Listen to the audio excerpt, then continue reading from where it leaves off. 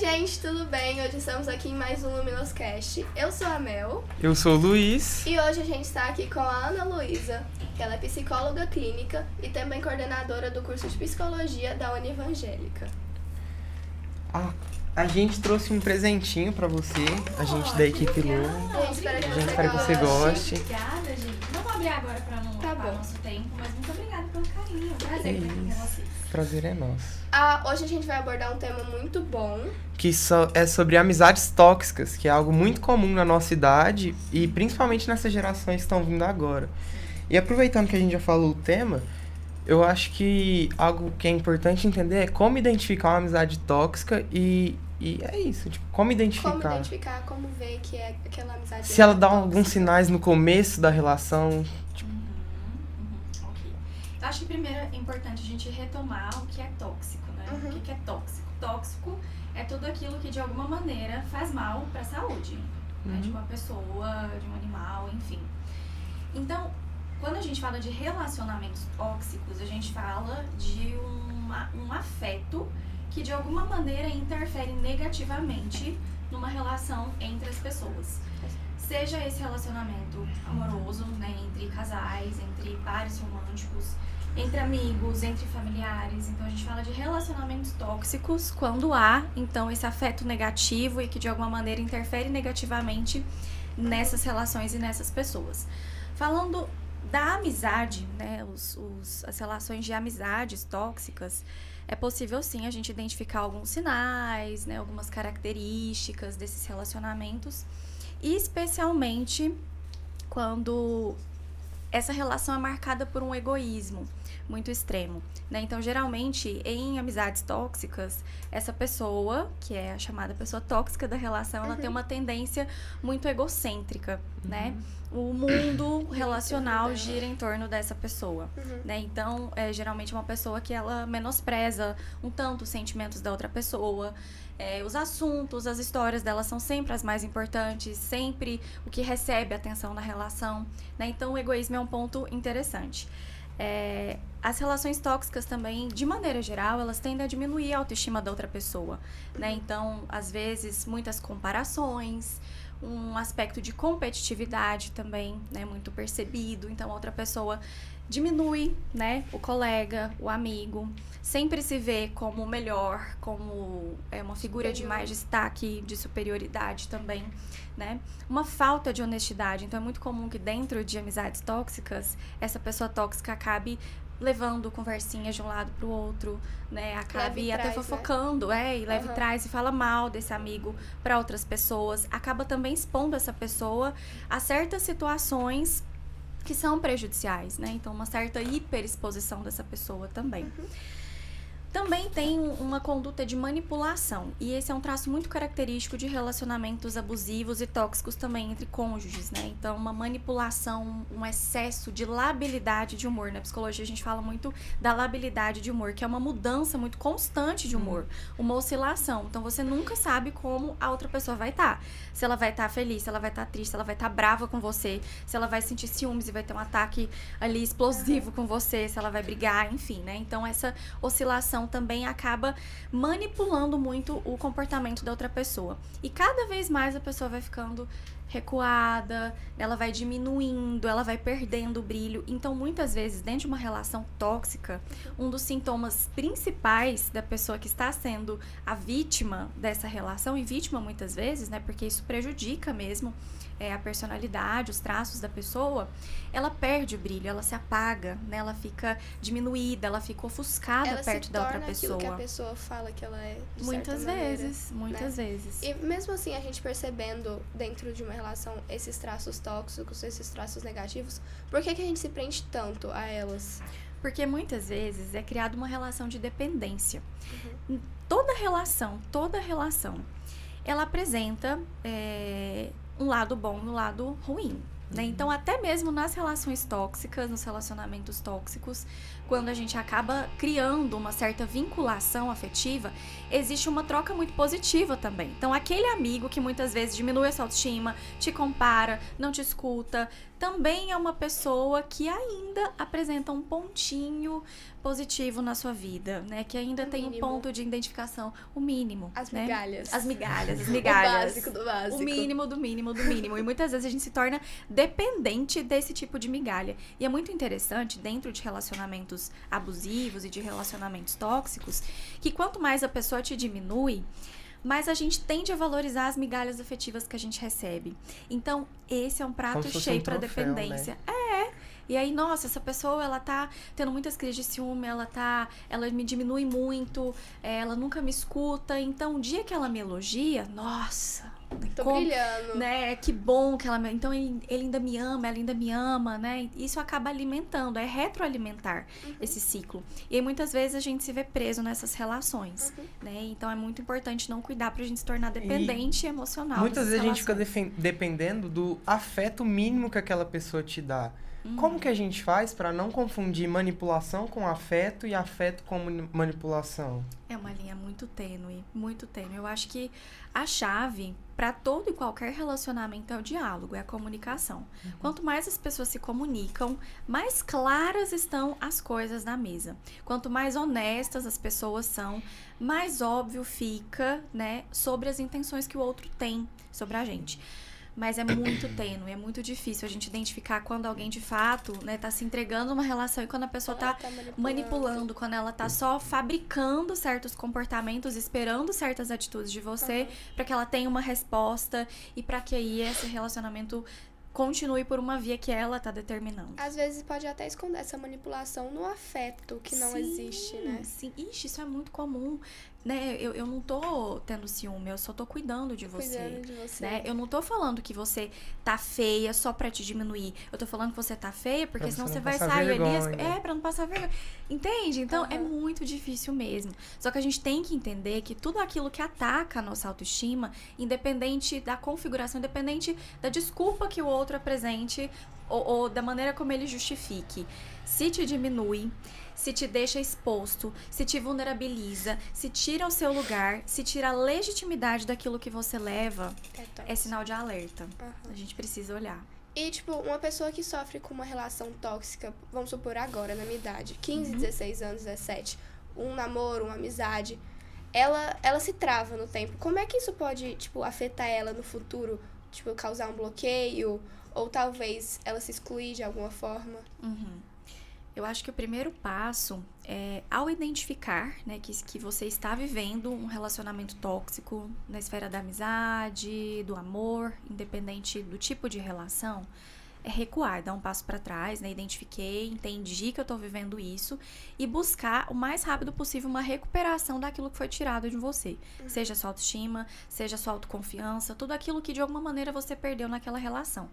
Porque isso, se não tratado, se não identificado, se não receber, se a gente não der o cuidado necessário, isso vai pro futuro e pode realmente, como você falou, impedir outras relações, impedir que você se entregue, que você viva outros relacionamentos que não tem nada de tóxico, que não teve nada a ver com aquilo. Então, eu diria que o primeiro passo é esse parar, deixa eu olhar para essa dor, deixa eu procurar ajuda, seja com outros amigos que não sejam tóxicos, seja pela via da psicoterapia, né? Seja apostando dia após dia em amizades, em relações que realmente tragam confiança, que te valorizem, né? Mas um ponto importante é se afastar, né? Desses relacionamentos aí que apresentam esse traço tóxico e olhar para si mesmo, se cuidar, recuperar para isso não ir pro futuro. E como você começa o processo de se afastar?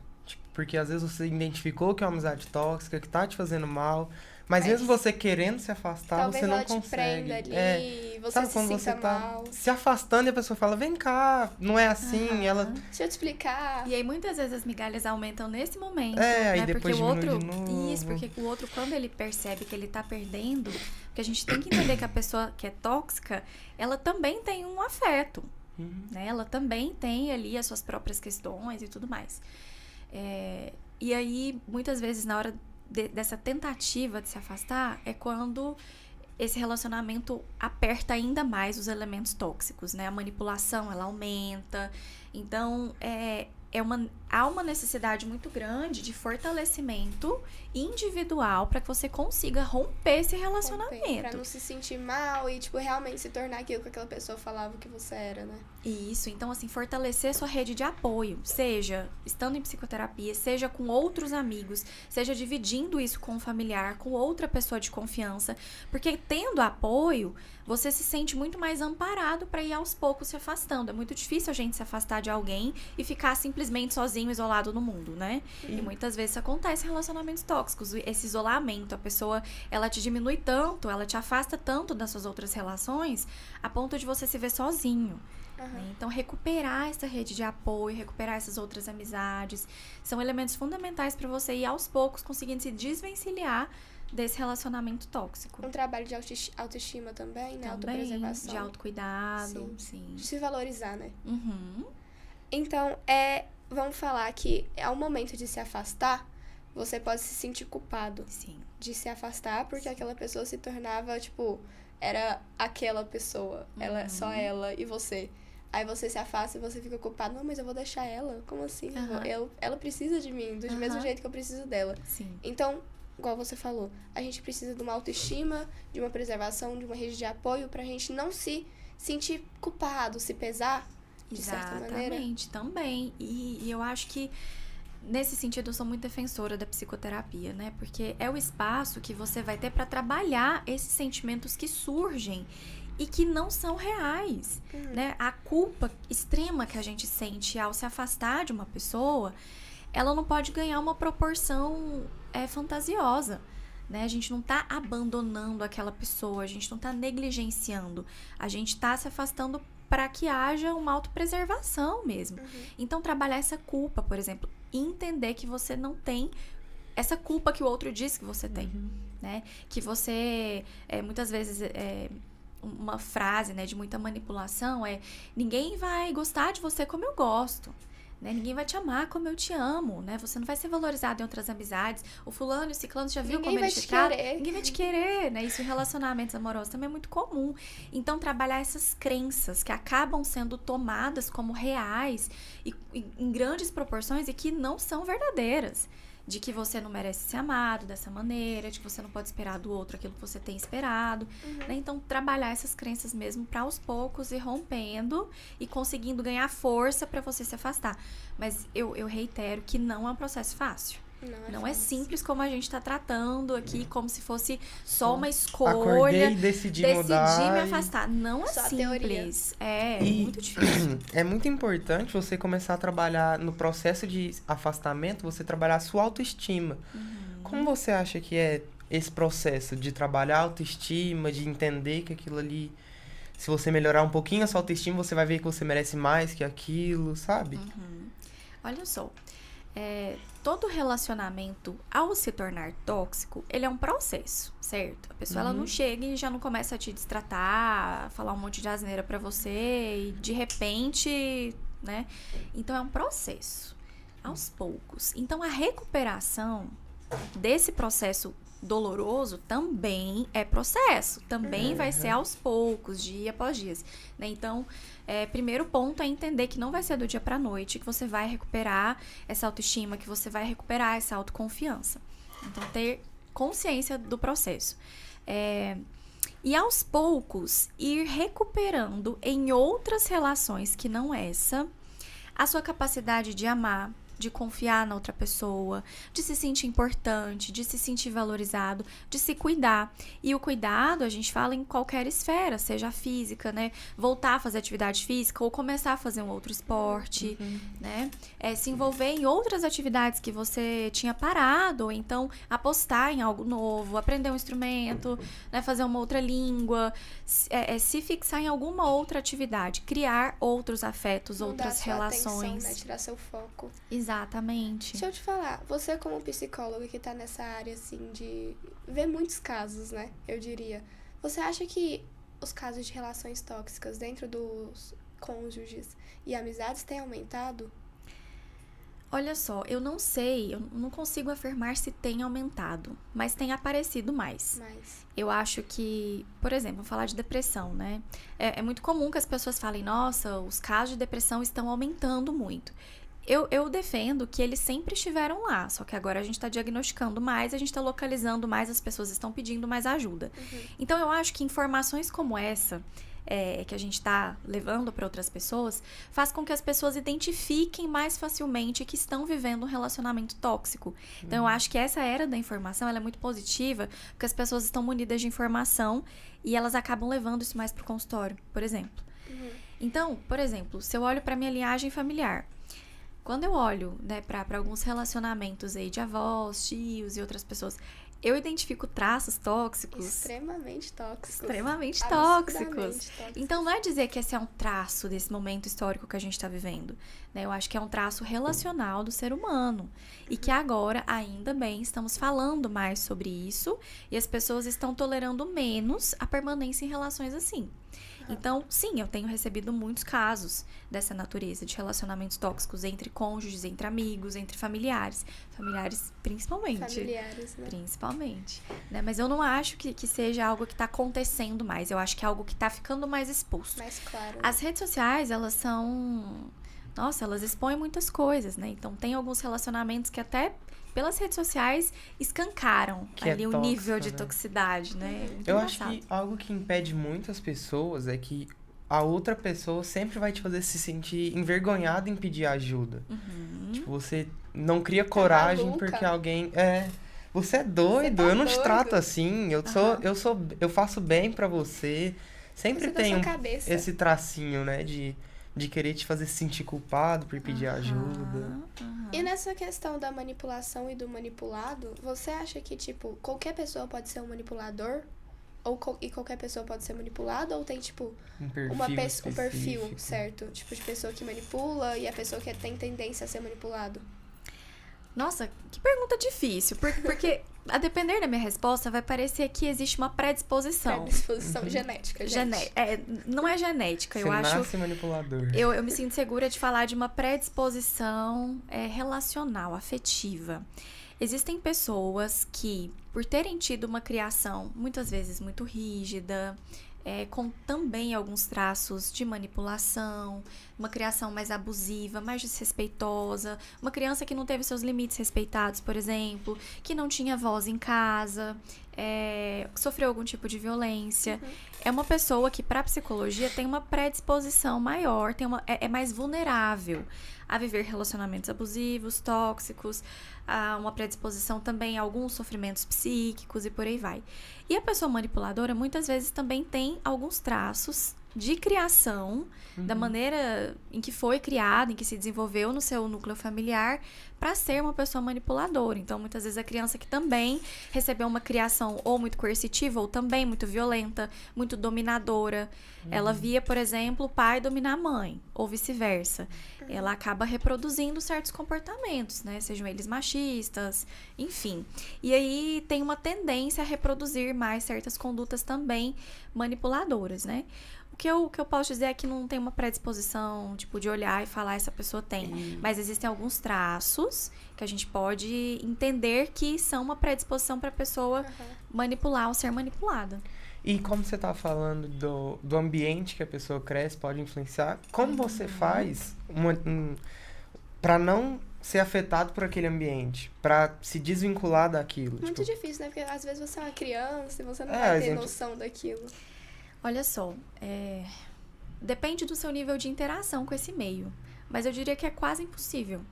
de É não muito ser difícil. afetado, né? Mas pode ser Especialmente a tratado criança. futuramente, né? Sim, claro. E à medida que a gente vai ganhando autonomia na nossa vida, né? Por exemplo, vocês estão vivendo uma fase de transição, né? Vocês estão adolescentes, mas vocês estão mais perto de ser adultos do que crianças, Sim. né? Então, vocês aos poucos estão ganhando mais autonomia. Dentro da família de vocês, vocês têm ganhado mais espaço nas decisões, por exemplo. Imagino eu, uma situação familiar que antes a sua opinião não contava. A partir desse momento de vida, Começa a acredito que contar, né? vocês Conta. estão interferindo um pouco mais. Quanto mais autonomia uma pessoa tem, mais o poder, mais poderosa ela fica nesse contato com o meio, nesse nível de interação. Então, se a gente olha para uma criança, ela não tem praticamente nenhum tipo de interferência sobre o comportamento do meio para o dela, né? Mas o adulto já, a depender dessa interação, ele já tem um poder de decisão um pouquinho maior. O adolescente também. Essas relações de manipulação, elas podem se tornar violentas, né? Sim. E a gente falou que os passos pra sair de uma relação tóxica sem a violência são, já difíceis. Como é que a gente pode tratar quando se torna violenta? Olha, infelizmente, a maioria das violências físicas, elas começam com uma violência psicológica. E que tem traços tóxicos muito intensos, né? A violência psicológica, a gente pode dizer que ela é, né, um relacionamento tóxico também bastante piorado, se puder dizer assim. Então, a violência, ela nunca começa com tapa, com empurrão. Geralmente, ela começa verbalmente, com ofensas, com xingamentos, com humilhações e por aí vai. E quando há esse encadeamento entre as violências, né? Começa a violência psicológica, daí vem a violência patrimonial, né? Quando a pessoa, ela pega os seus bens, ela pega aquilo que é seu e começa a administrar, tira o seu poder sobre aquilo que você tem. Depois, né, vem um tapa e daí uma manipulação em cima de tudo isso. Quanto mais a violência progride, mais difícil é para a pessoa se afastar daquele violentador, né, daquele manipulador. Então, o ideal é cuidar para quando essa violência ainda está na esfera psicológica, né, tóxica, antes de ela atingir níveis físicos, patrimoniais e por aí vai. Então, imaginem o quanto é difícil para essa pessoa se desvencilhar, né, desse autor. E assim, quando a gente fala de violência interpessoal dentro dos relacionamentos, eu volto naquilo que eu disse lá no começo. A gente precisa pensar que são pessoas que se relacionam negativamente, mas também com aspectos positivos. Né? Por exemplo, uma violência entre cônjuges, entre pessoas que são casadas ou que namoram, né? Essa pessoa que tá te violentando também é a pessoa que te dá carinho, em alguma medida. Não que isso seja bom, mas imaginem a encruzilhada afetiva que fica na cabeça dessa pessoa. Né, de olhar para uma pessoa e falar assim, nossa, mas ele me bateu, mas ele também me deu um presente, mas ele também me ama, ele também diz que me ama, né? Ele também me respeita.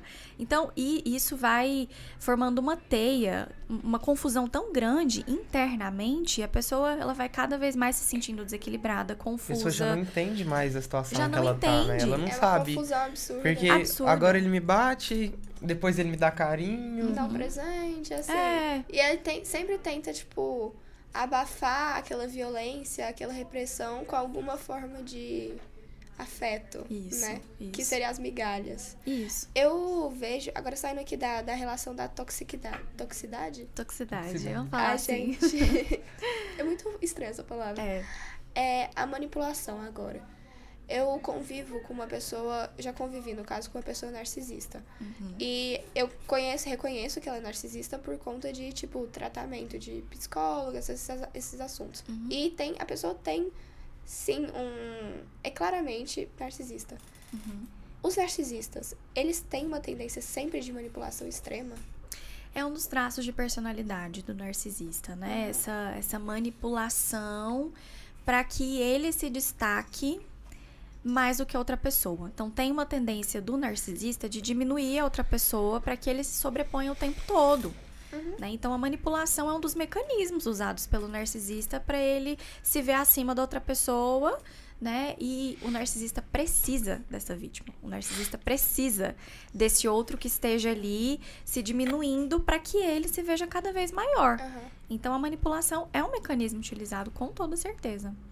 Você trouxe sua agendinha muito bonitinha, cheia dos pontos. Você gostaria de trabalhar alguns? Bem, eu acho que só voltando na pergunta inicial, só pra ver se tem mais alguma coisa aqui que eu deixei de falar, né? Mas só pra gente tentar identificar um pouquinho o perfil dessa pessoa tóxica, né? Eu acho que pra ajudar quem talvez esteja nos ouvindo, né? E pra pensar se talvez você não esteja num relacionamento assim. O perfil dessa pessoa tóxica, muitas vezes, começa a partir de um interesse, né? Então, geralmente é uma pessoa muito interesseira. Ela tá com você a depender da situação que você tá. Então, ela escolhe muitos momentos em que ela está do seu lado. E isso marca muito as amizades tóxicas. Então, o outro, ele não tá comigo sempre, ele tá comigo quando convém, né? Isso leva para uma outra característica, que é a pessoa estar centrada nela mesma o tempo todo. Então, é uma tendência a diminuir o outro, porque só aquilo que vem dela mesma importa, né? Então, eu diminuo o outro porque a história que ele tá me contando não interessa. E aí começa uma competitividade, até mesmo de sofrimento. É o que a gente tá vendo muito, né? A pessoa às vezes tá ali desabafando, contando algo que ela tá vivendo, daí vem o outro e fala assim, não, isso aí que você tá vivendo não é nada não. Você Eu não já sabe passei por quê. coisa pior. Você não sabe pelo que eu já passei. E aí até o sofrimento dela tem que ser maior, mais Eu tenho uma significativo tia do que o que da é outra assim. pessoa. Meu Deus, a pessoa ela só quer falar, ela só quer... E nas amizades tóxicas, isso é muito comum, muito corriqueiro, né? A pessoa, ela diminui. Como que você faz pra se desvencilhar quando é uma relação tóxica parental? Tipo, meu pai é tóxico comigo, minha mãe é tóxica comigo. Como que eu faço pra sair dessa relação? Olha só, como psicóloga, eu sempre aposto na comunicação, no diálogo. A gente precisa conversar. Primeiro ponto, a gente precisa conversar sobre esses afetos, sobre isso que eu tô sentindo, sobre a maneira como eu vejo que o outro tá me tratando. Uhum.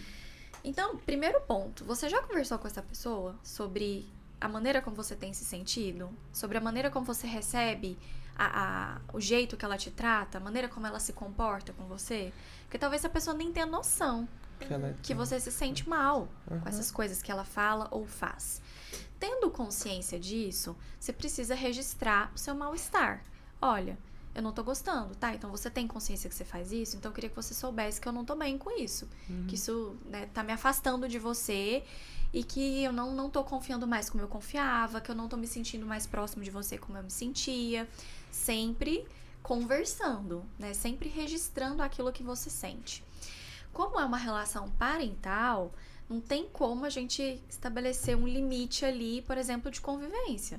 Às vezes você mora na mesma casa que aquela pessoa e você vai ter que ver. E às vezes você tá submetido às regras daquela casa, daquela pessoa, né? Então existe um limite aí. Eu acho que conversar sobre esse sentimento, tentar entender por que o outro se comporta como ele se comporta e registrar que você tá se sentindo mal, que você não tá ok naquela relação. É um pontapé. Porque a partir de agora, não tem mais como eu falar, e depois você faz isso, isso e aquilo. Porque a gente depende da reação dessa pessoa. Como que ela vai reagir? Será que ela vai continuar fazendo o que ela tá fazendo? Ou ela vai tentar mudar. Ou ela vai tentar mudar. Então, tentar conversar sobre isso, sabe? Ai, será que a gente não podia fazer de um outro jeito? Será que ao invés de falar assim comigo, você não poderia falar de tal e de tal maneira? É porque assim não tá confortável pra mim mais. Conversem. E uma conversa sempre. sincera, né? Sem alterar o tom de Honestidade, voz. sim. Mantendo o respeito. E eu aposto muito na honestidade enquanto uma chave fundamental para o sucesso das relações, sejam elas conjugais ou de amizade. E assim, um traço, gente, muito interessante de um relacionamento saudável é o outro te aceitar do jeito que você é, sem querer te mudar. Porque é um traço também de relacionamentos tóxicos, a outra pessoa ficar querendo te mudar o tempo todo, sabe? Ai, não veste assim, veste de tal jeito. Ai, não fala desse jeito, fala de outro. E aos poucos você vai deixando de ser aquilo que você é pra ser aquilo que o outro quer que você seja, né? E em amizades, em relacionamentos saudáveis, o outro entende seus limites. Ele entende que você é daquele jeito e que ela não tá ali pra te mudar. Vocês estão ali. E óbvio, né? Se forem alguns traços até tóxicos que a gente também tem, que é importante a gente pensar nisso, que talvez a gente Seja seja o da tóxico história. de algumas relações, né? Mas a gente também precisa pensar que determinados comportamentos que a gente tem, às vezes prejudicam o outro. E nesse sentido, a gente consegue se ajustar. Então, um relacionamento honesto é um relacionamento que permite esse diálogo, essa abertura de maneira muito verdadeira, de maneira muito genuína, para que as pessoas ajustem as pontas da relação e caminhem cada vez mais para um relacionamento que aceite verdadeiramente quem o outro é, né? E E seja esteja ali e saudável. seja saudável, exatamente. Agora, tipo, saindo totalmente, literalmente, totalmente fora desse assunto, vamos falar um pouco sobre escola agora. Aham. Que a gente tá numa fase muito fundamental da nossa vida, né? Que é decidir pra que rumo que a gente vai. Aham. Você acha que apostar na psicologia seria uma boa pros futuros Psicólogos problemas que a vão gente ouvir é? isso. Olha, eu vou puxar muita sardinha agora, porque eu acho que sim. Eu acho que nós estamos num momento histórico muito interessante em que as pessoas têm olhado para dentro de si, têm olhado para o comportamento social e têm apostado na saúde mental. Então, hoje, assim, na esfera do trabalho, na esfera das relações, na esfera da saúde, a gente não consegue pensar a pessoa sem inteligência emocional, sem saúde mental. Em todos os lugares desse planeta se discute saúde mental. Então, se tem se tornado uma base para todos os processos relacionais, e a psicologia é a ciência que se propõe a estudar esses processos, eu acho que tem muito futuro. Apostar na psicologia é realmente uma chave muito interessante. E não só para o sucesso, se a gente pensar em dinheiro, né? Isso. Mas enquanto uma possibilidade de autorrealização também, sabe? Eu amo a minha profissão, eu sou muito suspeita para falar, porque eu amo muito psicologia, eu amo o que eu faço. Me aguça muito a curiosidade, sabe? Pensar sobre qualquer coisa que envolva a gente. Então, enfim, eu acho que é uma ótima saída. E pra quem já tá na faculdade de psicologia, qual área você acha que vale mais a pena apostar? Tipo uma vertente ali da psicologia. Igual você é especialista em logoterapia, se eu não me engano. Psicologia clínica, logoterapia. Sim. A psicologia clínica, ela é a mais antiga das psicologias, se a gente puder dizer, né? Mas hoje tem uma área crescendo na psicologia, e eu não tô querendo dizer que ela é a melhor, não tenho especialização, né? Mas assim, enquanto um direcionamento, olha, se hoje eu estivesse na faculdade, o que eu iria estudar? Eu acho que nem me especializar ao fazer, mas estudar. Psicologia das emergências e dos desastres. É uma área da psicologia que está crescendo muito. Por quê? Porque as emergências e os desastres têm crescido. Então, é a atuação do psicólogo em situações de crise, como Rio Grande do Sul, Brumadinho, quando acontecem acidentes, sejam eles naturais ou provocados. É a atuação do profissional em momentos de crise. E aí eu acho que é um campo de muito estudo e que, infelizmente, nós estamos caminhando para um cenário cada vez mais caótico. E que vai aumentar cada vez mais esse tipo de emergências, né? Está aumentando já. Então, eu vejo como um campo muito potente. Eu acho que hoje, se eu estivesse cursando, eu ia apostar nisso, eu ia pelo estudar menos isso. tem uma noção disso, né? Sim, com certeza. Eu acho que o nosso papo rendeu hoje. Deixou bem claro pra gente. Acabaram as dúvidas. Acabaram as dúvidas. Se você tá vivendo uma relação tóxica, gente, vamos procurar ajuda, né? A Ana Luísa tá aí, qualquer coisa. Psicólogo, psiquiatra, qualquer coisa que você achar necessário pra você, buscar ajuda, porque viver nesse mundo, nesse meio, não é saudável, igual a gente viu aqui, e muitas vezes pode acabar se tornando violento e fica mais difícil de sair. Então vamos botar a cabecinha pra pensar, ver onde a gente tá se enfiando e ter muita atenção nesses traços, igual ela falou, né, como reconhecer e ficar bem atento. Também a questão que ela falou da psicologia, que é uma área não muito, falada, mas muito interessante de se saber sobre. É importante sempre dar o primeiro passo. Pra sair de uma relação, pra escolher uma faculdade, pra tudo isso é importante você pra tudo é muito importante. Criar coragem e fazer. Então, exatamente. Gostaria de dar alguma palavrinha? Não, acho que é isso. É só encorajar o pessoal, né? Quem tá ouvindo a gente, seja pra sair de um relacionamento tóxico, seja pra tomar uma decisão para qual curso que você vai. Toda decisão, ela precisa ser tomada internamente primeiro, né? Para depois ela acontecer de fato. Então, acho que é importante esse olhar para dentro de si, né? Seja para identificar qualquer uma dessas situações que a gente mencionou, para que você se sinta forte e com espaço suficiente para tomar uma decisão. Quero agradecer a sua presença aqui, por ter dado esse tempinho pra gente. Seu tempo é muito precioso, Obrigada. Sei. Quero agradecer também o Zinzin por estar aqui apresentando pra gente. Eu não te falei, meu apelido é Zinzin, né? Zinzin, o nome dele é Luiz. Mas o apelido Zinzin. Só que usa mais Zinzin do que Luiz, então, entendi, né? Já virou nome. Virou nome. Agradecer a nossa equipe que tá aqui atrás. E a gente vai ficar por aqui hoje, gente, no Luminoscast. Espero vocês mês que vem aqui novamente. Um beijão e até a próxima. Um abraço. É uma caneca? É uma canecas. A gente acertou. Canecas. É a caneca muito linda, muito maravilhosa. Tchan, tchan, tchan, tchan. Ai, que bonitinho! Gostou? Do podcast de vocês.